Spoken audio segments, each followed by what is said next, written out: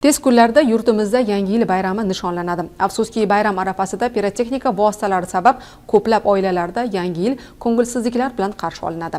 Shu sababli ham har yili huquqni muhofaza qilish organlari tomonidan olib borilgan tadbirlar natijasida ko'plab pirotexnika vositalarining noqonuniy muomalasi bilan bog'liq holatlar bartaraf etiladi. Hurmatli yurtdoshlar, O'zbekiston Respublikasi Ma'muriy javobgarlik to'g'risidagi kodeksining 185.1 moddasiga ko'ra, pirotexnika buyumlarini qonunga xilof ravishda ishlab chiqarish, tayyorlash, saqlash, tashish, jo'natish, ulardan foydalanish, xuddi shuningdek ularni qonunga xilof ravishda O'zbekiston Respublikasiga olib kirish yoki o'tkazish bazaviy hisoblash miqdorining 5 baravaridan 20 baravarigacha miqdorida jarima solishga sabab bo'ladi.